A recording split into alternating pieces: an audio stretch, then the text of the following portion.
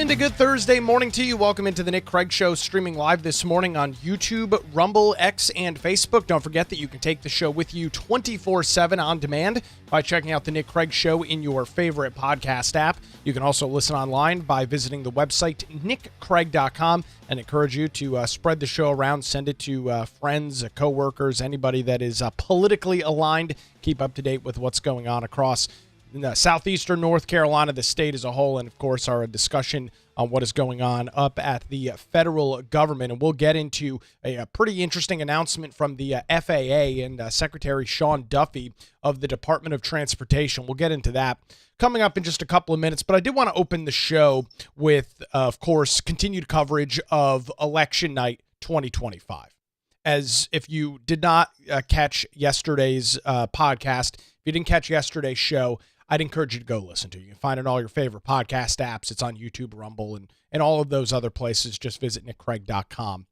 And predictably, of course, in the immediate aftermath of the election, you've got a lot of Monday morning quarterbacking.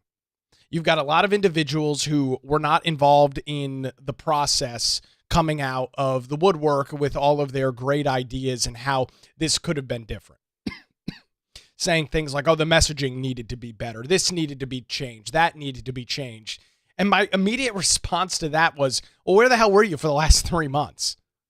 I mean, if you know the day after the election that the messaging wasn't good, my plea to you this morning is then get involved and help fix the messaging.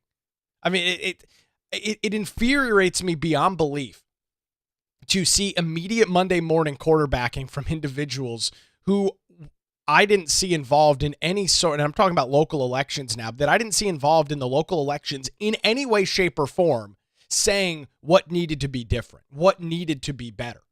And I find that incredibly annoying and frustrating, because if you truly knew what needed to be better, what didn't work, and what needs to change, and you knew it was going to fail, then why the hell didn't you say anything during the election? And let's just zoom out a little bit from this locally. There's a lot of discussion, and I talked about this yesterday. Everybody is outraged seemingly over growth and development, overdevelopment in Wilmington. We want to stop overdevelopment, and that is the reason that Republicans like Luke Waddell, Richard Collier, and Kelly Roberts lost. And while there might be some level of truth to that, let's not sit here and pretend that Republicans had a good night everywhere else throughout the state and throughout the rest of the country, and North Carolina, specifically the city of Wilmington election, was some sort of anomaly compared to the rule. Ladies and gentlemen, Republicans got their asses handed to them up and down the country on Tuesday night. This was not a Wilmington issue. This is not a North Carolina issue. This was across the board. So to me, it is very hard for me, and maybe it's not hard for others, but it's hard for me to sit here this morning and tell you, and I didn't do it yesterday, and I'm not going to do it today because I don't have the answers. Nobody does. Anybody that says they do that, well, they need to get into the business of political consulting, if that's the case, if they know truly exactly what went on and have the answers to all of the various questions that are being asked. Elections are, for the most part, and again, I say for the most part, every single election is unique. Every single election is different. They are not decided by one thing. Now, you can have big enough stories and big enough issues that they are. I don't think it's accurate to say that development and growth was the single issue in the Wilmington City Council election. Was it a big issue? Sure. Was it something that people care about? Absolutely. I'm not going to dispute that fact at all. But it was kind of interesting to watch individuals that I guess are self-described as Republicans being pissed off about overdevelopment and growth, who were actively working against Republicans to get elected. There seems to be some sort of disconnect here. And I made this point yesterday morning, and I'll make it again. Do you believe that the 3 Democrats that are now on council, the 7 Democrats that will make up council as a whole, are you of the mindset that those individuals are going to stop growth and development? Do you believe that those individuals are going to stop rezoning within the city of Wilmington? I mean, I think you're high if you believe that's the case. It might sound good. They may have told people that, but it sure as hell isn't going to happen. And if I'm wrong, I'm wrong. I'll be the first one to admit it. One of the things that I think has always separated me from many others in the media class is I don't have a problem being wrong. I try not to be wrong. I don't intentionally set out to be wrong on things. But I have been in the past. I will be in the future. And when that's the case, we move on from it. Acknowledge, figure out how to not, make the same mistake over again, and then move on from it. For individuals that are so frustrated with Wilmington and its growth and development, my plea to you this morning is take a ride out to Charlotte, and you don't even have to go all the way to Charlotte, but take a ride out to Charlotte on 7476 and drive through all of the old manufacturing and old tobacco and production towns that exist in portions of central and eastern North Carolina. Just take a ride and look at the dilapidated buildings. Look at the level of poverty. Look at the lack of any sort of service available in many places across North Carolina. I get that traffic is frustrating. I get that sitting at an intersection for 3 light cycles at Oleander and College to get through is a pain in the ass. I get it. I'm not saying it's not a problem. But this is something that I have repeated ad nauseum, and I would encourage you to repeat this to any individuals you're talking with that give you this pushback on growth and development. It is always better, and I mean always better, to be on the side of growth than on the side of decline or decay. Every single time. And if you don't believe me, again, take a ride out on 7476, drive about an hour and a half west of Wilmington, maybe 2 hours, turn around and come back and tell me that you'd rather be in those communities right now. No disrespect to our friends out west. No disrespect to the rural communities within the state of North Carolina. Great people that live out there. But tell me that that's where you want to live instead. It's because there's such a level of irony. And one of the things that frustrates me beyond belief with this conversation is there is absolutely no consistency with it at all. None in terms of growth and development. Absolutely zero consistency. You have people at the same time that will say, we don't want any more growth. We don't want any more development. We want to put a stop to it, a moratorium on development. Okay. Those are the same individuals that you will hear complaining about the cost of rent or the cost of property. And I know that this isn't something that everybody wants to wake up and look at the reality on, but at the most basic level, the reason that costs are up for housing, whether you're talking about renting an apartment, buying a house, renting somebody else's house, purchasing a condo, whatever litany piece of development you want to look at, the reason that those costs are up is one of the most basic economic fundamental policies that exists: supply and demand. Supply and demand. If you have more supply, you are able to meet demand and prices will either fall or moderate. One of the reasons that houses have exploded in value, one of the reasons that apartment rents continue to tick up is contrary to what is said on social media. I don't know where the hell these people are living. There is a supply and demand issue across the city of Wilmington and New Hanover County. More people want to be here than houses, structures, apartments that are available. And I get it. There's a frustration. Oh, there's too many luxury apartments. I'm game for all of that discussion. But you can't have the mindset consistently that you don't want any more growth and development, but then you are pissed off about how expensive your rent is. You're pissed off about how expensive your mortgage payment is. If you stop building, if you stop growth and you stop development, you are going to exacerbate the supply and demand issue. Nobody wants to hear this, and frankly, nobody is willing to say it. I have no problem saying it. I have, and I'm going to be bluntly honest, and if this turns people off, whatever, I don't care, because I'm sick of it. It's been the same stupid, sorry-ass conversation for the last 4 or 5 years. People who have just moved to Wilmington bitching and complaining about traffic. Folks, you are the traffic. You are the growth. You are the infrastructure. You are the development. You just moved here. You can't have moved to River Lights 4 years ago from Maryland and go, wow, this traffic's really bad. There's too many people moving here. No shit, Sherlock. You are the traffic. You are the people moving here. You don't get to be the last person that moved into Wilmington and pull up the ladder behind you. I mean, that's not how it works. We live in a free country. People are allowed to move around as they see fit.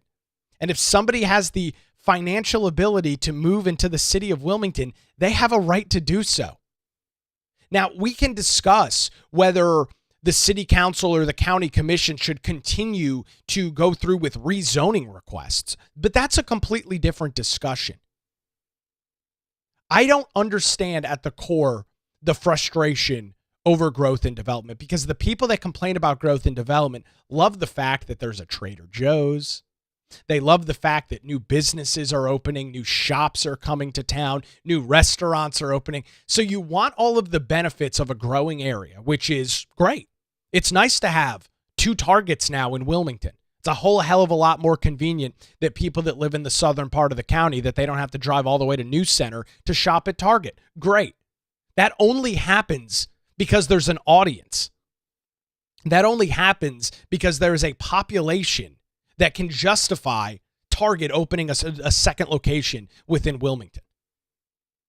So you can't be in favor of the benefits that come from a growing area while at the same time saying no more growth. We're going to cut it off. I don't get it. I'm frustrated by the traffic too.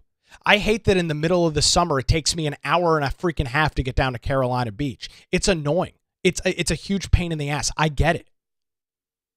But we live in an area that people want to be. There's a reason that people are moving to southeastern North Carolina. There's a reason that people want to be here. You're not going to stop that. You don't get to decide, just because you moved here 3 years ago, you don't get to decide that other people can't follow you in. That's not how this works. The discussion and the conversation about this to me is maddening, because there's absolutely zero consistency with it at all. We like the benefits of growth. We like the shopping. We like the stores. We like all the great things that we can do in Wilmington, but we hate the traffic and we don't want anybody else to move here. Growth comes with growing pains. No question about it. I'm not going to pretend and act as if there are not issues with infrastructure that exist. But let's be perfectly clear and honest about how this problem gets solved.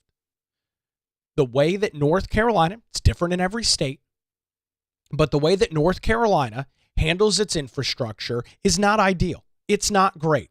I'll be the first one to admit that. But that's the system that exists. And the only way that you get infrastructure projects essentially in North Carolina through the Department of Transportation, which is responsible for every single one of these projects, is through what is called the STIP, the State Transportation Improvement Program. STIP. Every single municipality across the state, every single roadway project across the state, from the Tennessee border to the Atlantic Ocean, Virginia to South Carolina, every single project gets put on a list and it is prioritized by the DOT under the STIP. And the STIP weighs in a variety of things that give various projects a different priority rating. And the reality is, and again, I don't like this, but it's the system that exists. Projects get completed after they are needed. Plain and simple.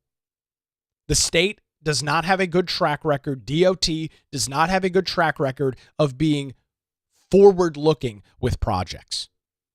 You see this everywhere, whether you're in Charlotte, Raleigh, Asheville, or here in Wilmington. The growth comes, then the DOT says, okay, it's time to expand. It's time to add an interchange. It's time to widen the road. All of that comes after the growth. And I get that it's frustrating. I get that sitting in traffic blows. I live here too.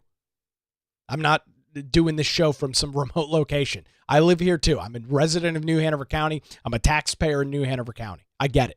I sit through the traffic, the same struggles as everybody else. I'm fully aware of it, completely understand it.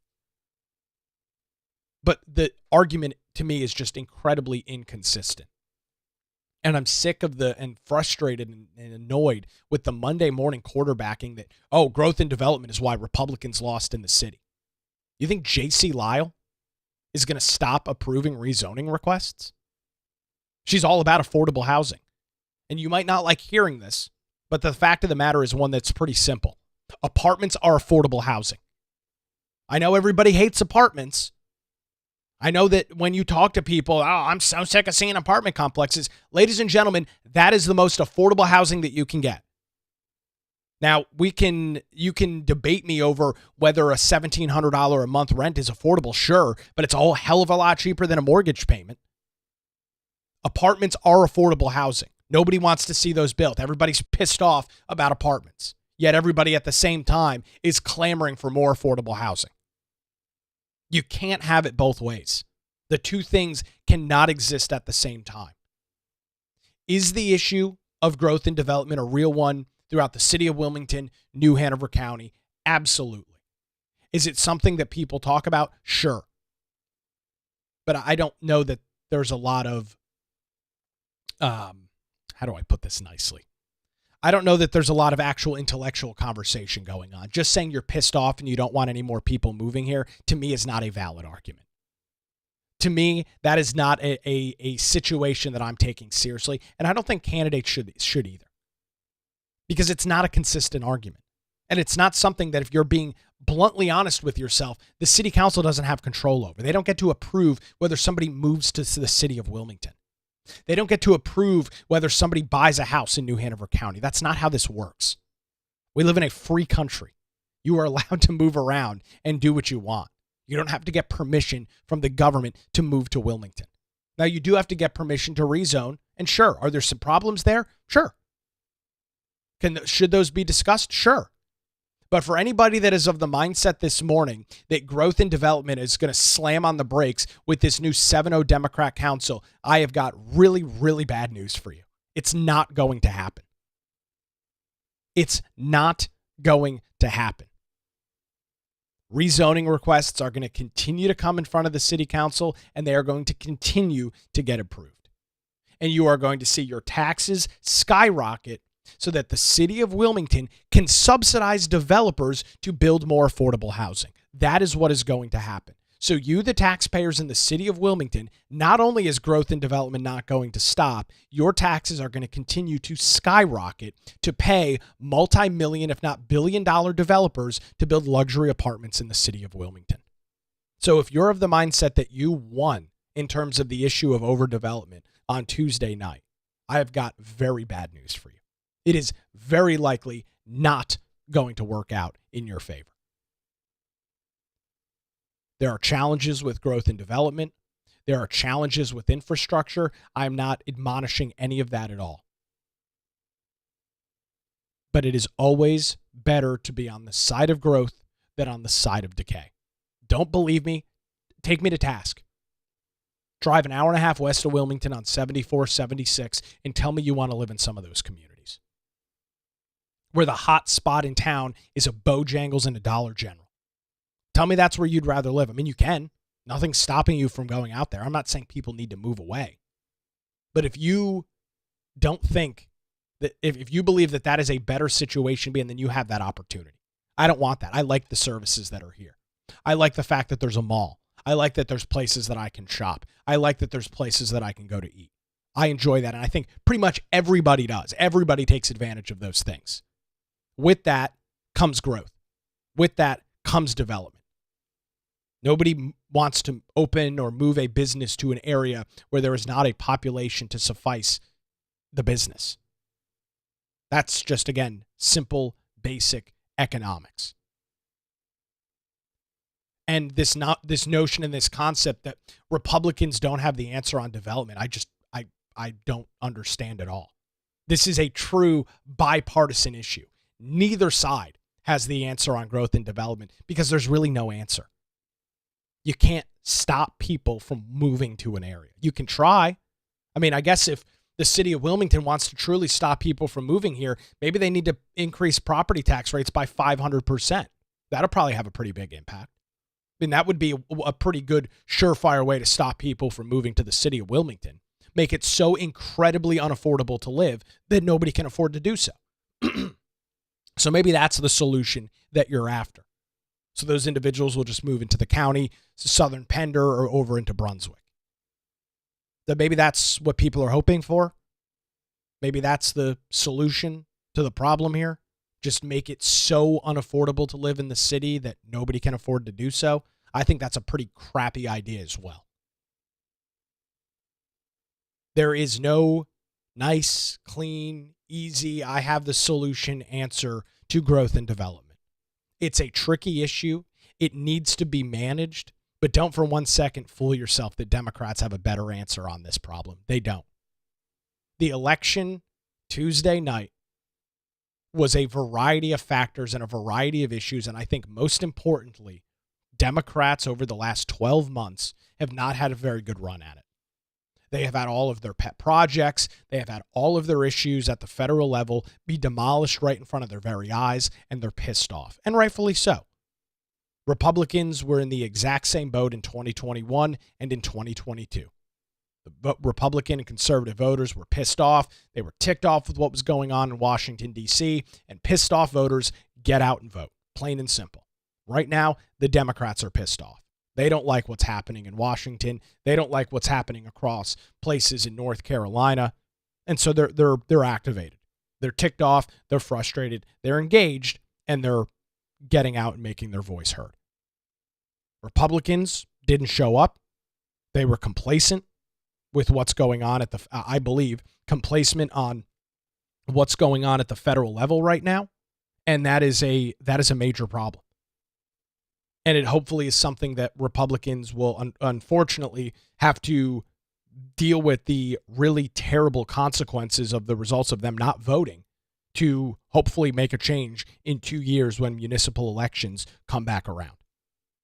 It's a 7-0 Democrat council. They are going to govern 7-0 for at least 2 years until the next municipal elections. If you know the messaging that works, contact the city council candidates and get into a discussion with them. If you have the silver bullet, if you have the magic wand that would have won this election for Republicans, why the hell are you sitting on the sidelines? That's all I saw over social media yesterday, or a lot of what I saw. Oh, hopefully now they'll wake up. They need to understand this and understand that. I mean, that would have been helpful 3 months ago if you have all the pressing issues and answers to all of these problems. The reality is these people do not. But it's easy when you're not involved, when you're not backing a candidate, when you're not trying to get people out to vote. It's easy to sit back and say that you have all of the solutions to the problem. It is a typical issue within Republican circles. It's a typical issue with the so-called grassroots that exists within the GOP. They call themselves grassroots, but they're not involved in anything besides posting on Facebook, posting on X. That doesn't turn out voters. I'm sorry, folks. Is it a tool? Is it a strategy that can be used in association with other things? Sure. But posting on a private Facebook group with 1,000 members does not win you an election. You got to be willing to do, just maybe a little bit more than that. Maybe donate some time, donate some money. If you've got good ideas, get in front of the candidates. I mean, that's something that could actually make an impact.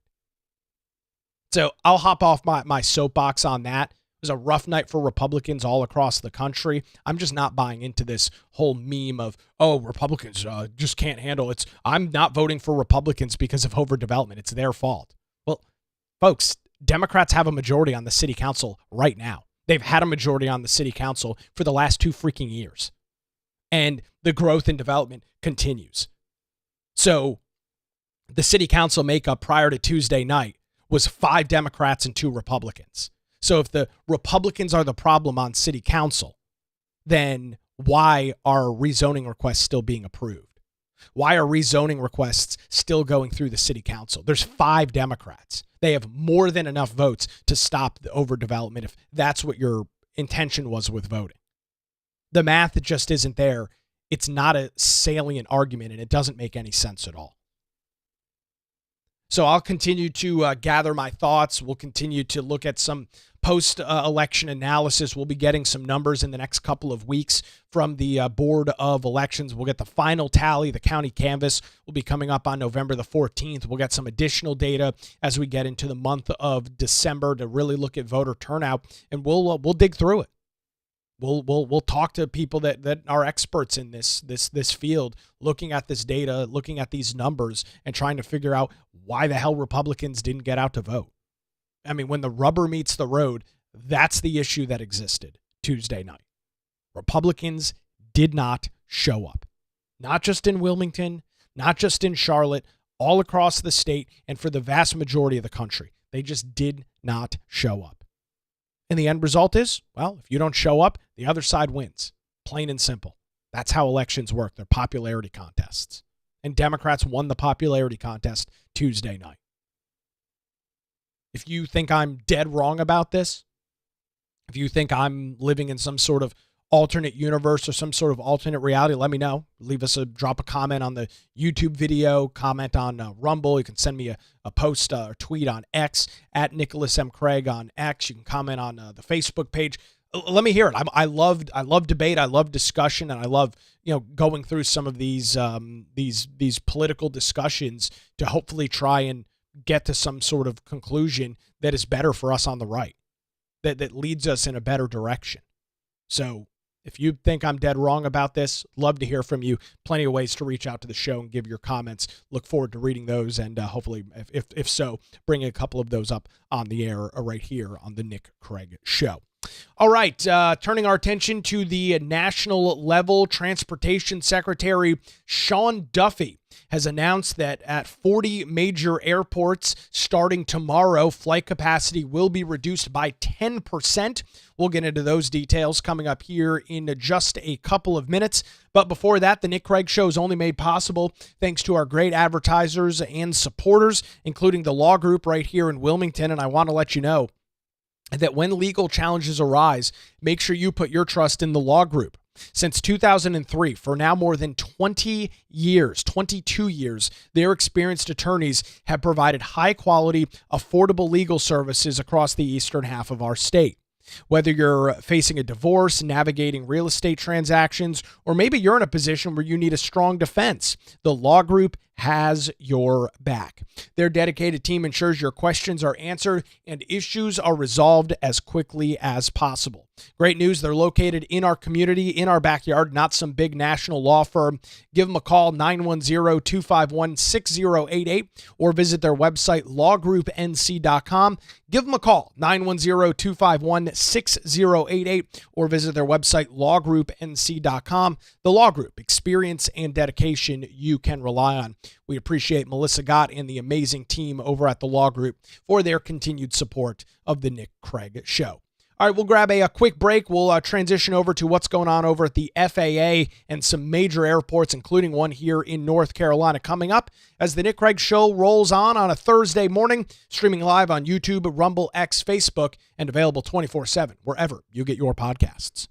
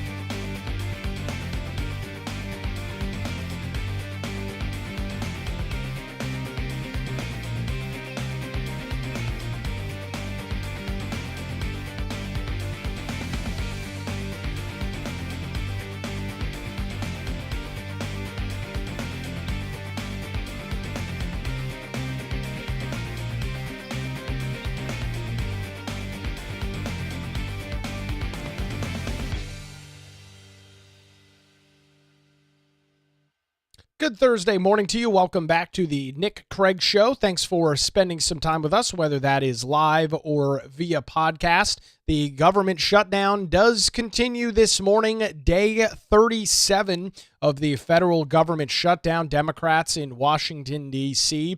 refuse to vote for a clean continuing resolution that has now been sitting on the floor of the United States Senate for weeks now. And, I was talking to a friend about this a couple of days ago. For the most part, and I will be the first to admit I'm not a federal employee. In my immediate circle of people that I associate with, none of them that I'm aware of are federal employees. The shutdown, for the most part, has had minimal impacts. Now, if you are a federal employee, then there's no question about it. You are feeling the impacts. You are dealing with the impacts of that. No question about it. But for the vast majority of people that do not work for the federal government, the impacts have been incredibly minimal. That looks like it is starting to begin to change.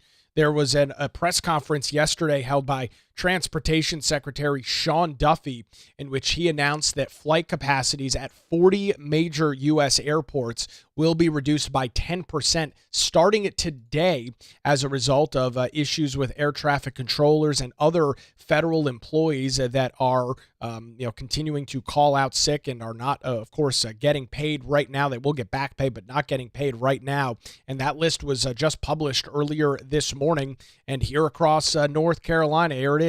Charlotte Douglas, a major hub, of course, in the state of North Carolina, is going to be experiencing some of those cuts, that 10% reduction in capacity. Charlotte Douglas is the only North Carolina airport, but if you look at this list of 40 airports that are looking at some of these reductions in service starting tomorrow, these are all of the major international airports. 4 major ones in New York: LaGuardia, Teterboro, JFK, looking at some of those major cuts as well. Some big-time airports for anybody that has got travel plans starting tomorrow are likely going to deal with this. Estimates are that some 4,000 flights per day could either be heavily delayed or canceled due to this reduction at these major airports. And now the shutdown, which, again, Democrats seemingly aren't going to move on, at least right now, is going to start having an impact on a much larger group of individuals. Sean Duffy at a press conference yesterday had this to say as it relates to the work of air traffic controllers. Here is Secretary Duffy. In regard to air traffic control, we've had a conversation over the course of the last month about some of the challenges that we're having in the airspace. Many of you know that we are 2,000 controllers short, air traffic controllers short, and we have surged our academy to bring more controllers into our system. We are 20% up in controllers through the academy thus far this year. I've also offered air traffic controllers who are of the age of retirement a 20% upfront cash bonus to actually stay on. Some of the best controllers we have don't retire, keep working for us. All of that has been reducing the pressure on the staffing side of air traffic control. It's working, but it takes years to bring more well-trained, certified controllers into the airspace. The shutdown is having an impact on our ability to maintain those numbers and dent that 2,000 shortage that we have. You also know we're modernizing the airspace. We have an old set of equipment that we use to control America's airspace. We have, though, the safest airspace in the world. And that's not because of the equipment. That's because of the well-trained air traffic controllers that we have operating the national airspace. We received $12.5 billion from the Congress in one big, beautiful bill. And we need a total of $31.5 billion to accomplish the mission of completely rebuilding America's airspace. The work has begun. We're transitioning our telecommunications. We're about to announce a project manager to do all of the work for this brand new system. But I want to talk about what's happening over the course of the last month with regard to the shutdown. Our air traffic controllers and a lot of those who work at DOT, but throughout government, they haven't received paychecks. And many of these employees, they're the head of household. They have their spouse at home. They have a child or 2 or 3. And when they lose income, they are confronted with real-world difficulties in how they pay their bills. And so for air traffic controllers, they received a partial payment in early October. The second payment, they got a big fat zero, no paycheck at all. Tomorrow, they get a pay stub email on what their next paycheck is going to be. And when that pay stub comes out, that is also going to be zero. So they will have gone a month without any pay. And what we're finding is that our air traffic controllers, because of the financial pressures at home, are taking side jobs.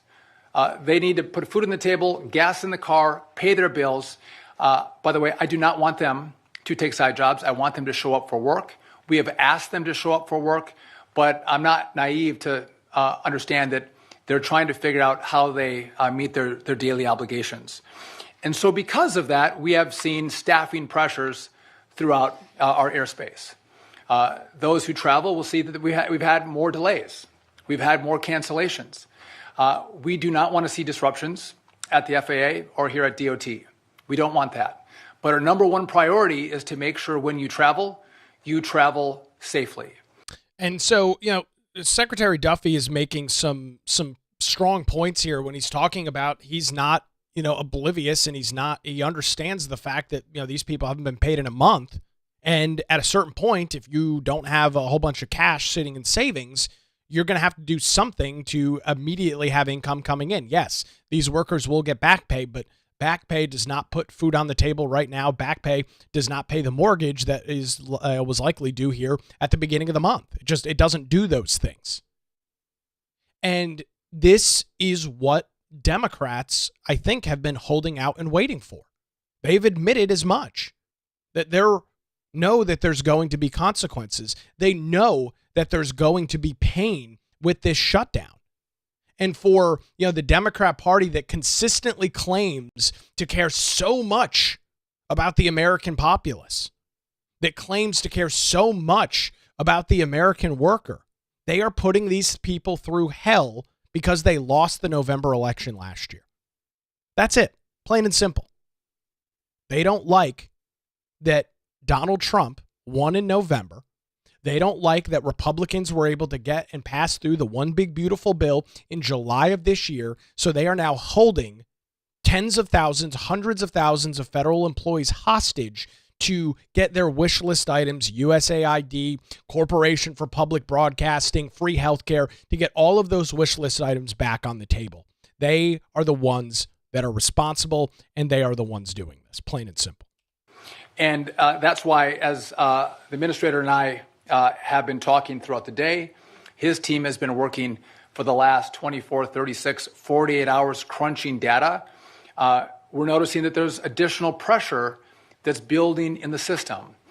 And again, our priority is to make sure that you're safe.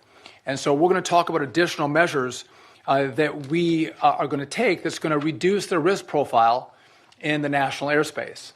And I'm going to turn it over to the administrator to do that as he walks through what that plan is going to look like. I anticipate there'll be additional disruptions. There'll be frustration. We are working with the airlines. They're going to work with passengers. But in the end, our sole role is to make sure that we keep this airspace as safe as possible. The administrator is going to talk about all of the tools we're going to deploy. One of them, though, is going to be that there is going to be a 10% reduction in capacity at 40 of our locations. The administrator is going to tell you that this is data-based. This is not based on what airline travels, has more flights out of what location. This is about where is the pressure and how do we alleviate the pressure. And so I want to thank him for, again, him and his team's great work. He'll lay out what the specifics are of this plan, and then we're happy to take questions from all of you. Brian Bedford. So we don't need to listen to the administrator there. We got it from Secretary Duffy. I mean, this is a data-driven approach to reduce some 10% on average, I should say 10% at 40 major airports to try and keep up with the lack of controllers and lack of other employees and staff that are federal employees that work within either TSA or the FAA. And it's unfortunate that we are here. It is unfortunate that this is the position that we are at, but it is completely predictable. It is completely realistic to understand that this was what the result was going to be. Democrats knew this was going to be the case.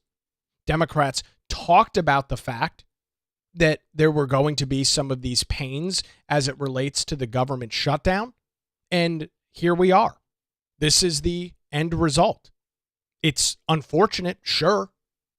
But I think everybody, or at least I was, and I think most other people were of the mindset that this was what was going to happen. Now, how do we move on from here? There's something interesting, and I've got some insider information on this.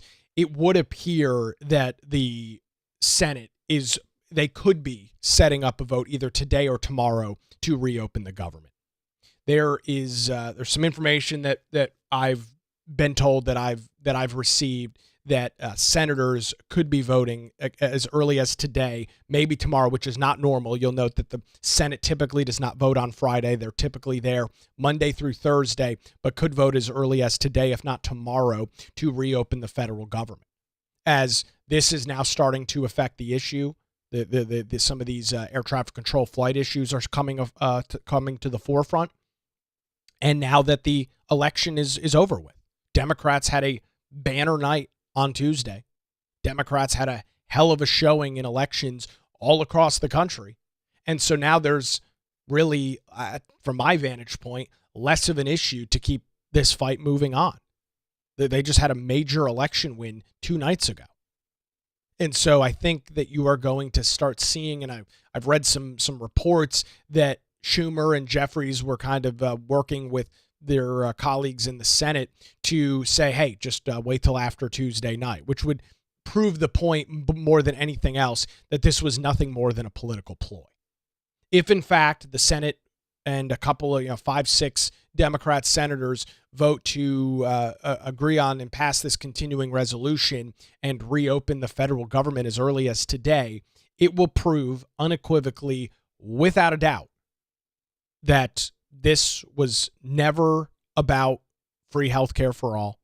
This was never about USAID. This was never about the Corporation for Public Broadcasting. This was always about elections. This was always about politics. Politics is a nasty sport. You've heard me say that 1,000,000 times, and I'll say it 1,000,000 more as long as I still have a platform to do so. Politics is nasty. Politics is dirty. Politics can be a really, really mean game. But this is the situation that Democrats have put us in.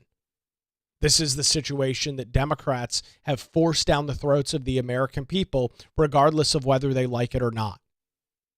Now, I did just see, scrolling through, somebody just sent me this. The President Trump is expected to make an announcement at 11 o'clock this morning in the Oval Office at the White House. I don't know. There's no indication as to what this announcement's going to be. Is it government shutdown related? Is it economy? Is it economic related? It's not clear right now. But just getting that coming across my X feed this morning that the president is going to make some sort of announcement from the White House at 1 o'clock.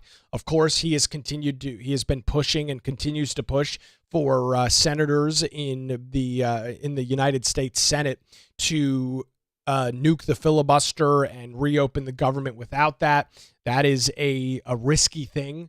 I understand why the president is doing so. I understand the purpose behind it. Question is that going to be worth it long term? So we'll have to wait and see what the president has to say and see exactly what goes on moving forward with that, as the shutdown is now in its longest ever. This is now the longest full federal government shutdown ever at 37 days, 36 days, 8 hours, 47 minutes, and 10 seconds. We will keep an eye on all of those details as we go through the day today and head into a Friday morning. So that's going to do it. A little bit of a shorter show today as we kind of get everything pinned back up and put back together from Election Day earlier this week. We'll continue to track the latest and track everything right here on the Nick Craig Show.